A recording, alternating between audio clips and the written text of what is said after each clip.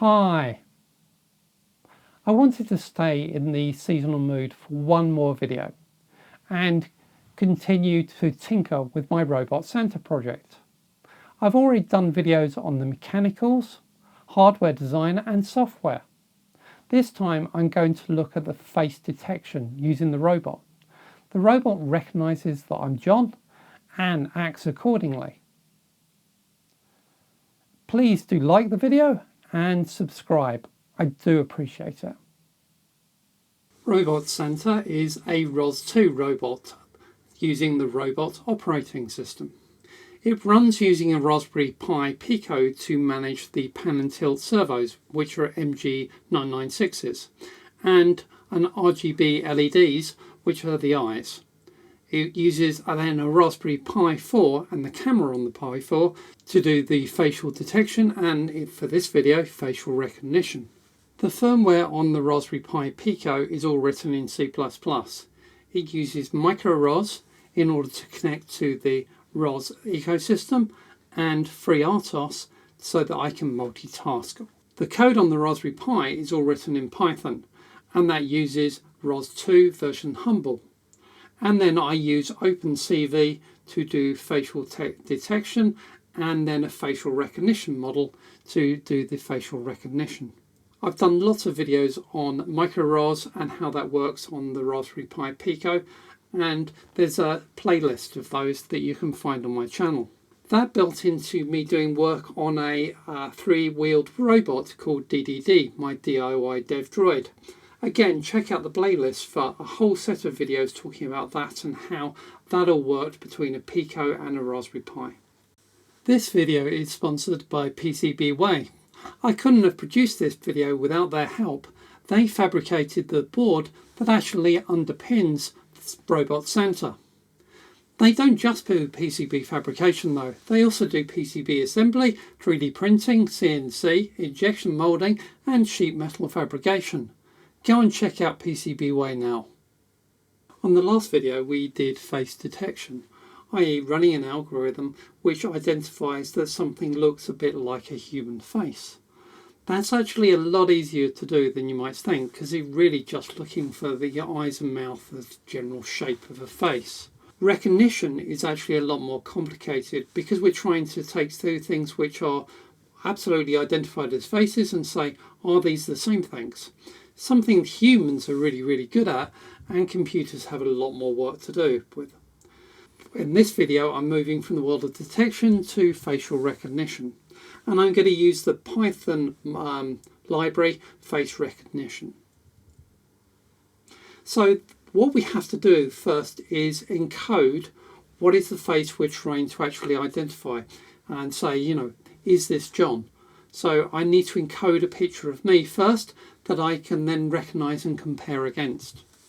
From that picture, it's going to do a whole load of analysis and actually measure my features to produce a data set which describes that face. And it's that data set that actually gets compared. So when we actually do this for recognition purposes, we do exactly the same thing. We take the image, we find the face in it, we then run the same algorithm over it to actually compute a set of calculations and measurements of the face, and then we're going to compare that against our target model to say, is this John? As always, I've shared all of the code online in my repo on GitHub. So let's have a look at this code, and some of this code has been based on a number of the excellent tutorials online. So let's just have a look. The first thing we need to do is to take an image, and I've put an image of me in this folder images, and then I'm going to have our Python code which is just going to loop through all of the files within that images folder, and it's going to open each file in turn. It's going to then change its color to be in RGB format. It's going to run a facial location on it, so it's going to find where all the faces are and the bounding boxes of those faces, and then it's going to ask to encode each one of those. So we've got that encoding structure to understand the analytics of what makes up my face, basically. And then we're going to save that into a Pico file. And that file is going to then be used for facial recognition. So that will have the names and faces of everyone that we want this algorithm to recognize. So Face Rec Pan is my new panning utility that is actually going to follow me around and recognize if it knows who I am or not for our nice robot center. So this is now going to need to use the new library face recognition, and when it starts up it's also going to need to load in our pre-encoded facial recognition data, which is loading up into there. So self.data is actually going to be the encoding of every face that we taught it. So it's what it's going to be using for doing the recognition.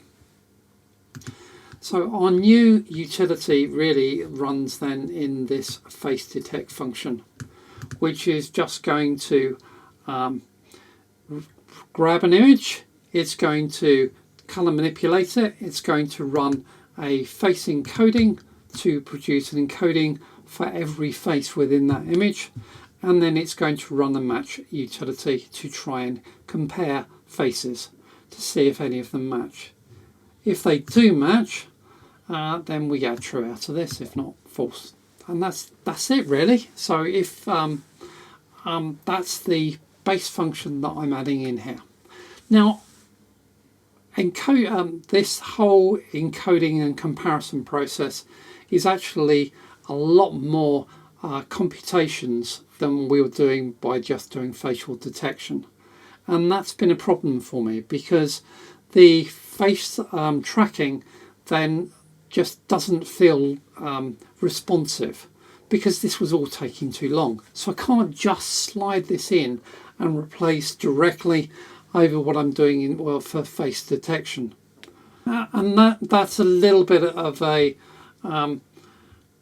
problem. And so I've had to have a think around this solution and what I'm going to do. And my approach to this, I think is quite good actually, because what I'm saying is that actually I will only run the recognition algorithm when I've detected a new face and I've moved to that location. And the fact that I've just moved the servos and everything, it's a great time to actually run the algorithm. And this seems to work and seems to balance the performance problem. So you'll see in my code down here where we're actually running the loop, I'm basically running that facial detection only after I've moved. And so we're only really we're not running this algorithm very frequently, and that helps. So I've also changed the color scheme a little bit. So if we detect a face, then our center's eyes are going to go green. But if he detects me as his golden boy, he's going to have wonderful blue eyes for me. Because, you know, Santa and me, we've got a special relationship. So there you go. That's the code. Let's have a look at a demo of that. So sitting in front of Santa, just behind the camera, he goes from the white eyes in patrol mode to recognizing a face with green eyes, and then immediately recognizing me as his golden boy, and his eyes go wonderfully blue. And I'm just moving my head around to show that actually the movement is still working. You can see that Santa's going a little bit on the wonk here. That head is definitely too heavy really for these pan and tilts, and over time it's beginning to go a little bit out of true.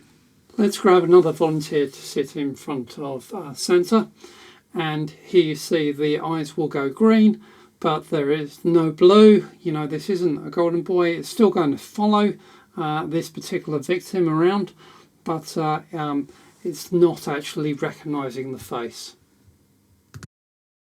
So if I replace this victim and sit in front of Santa, you see he recognizes a face, then recognizes as me, and we get into the blue eyes again.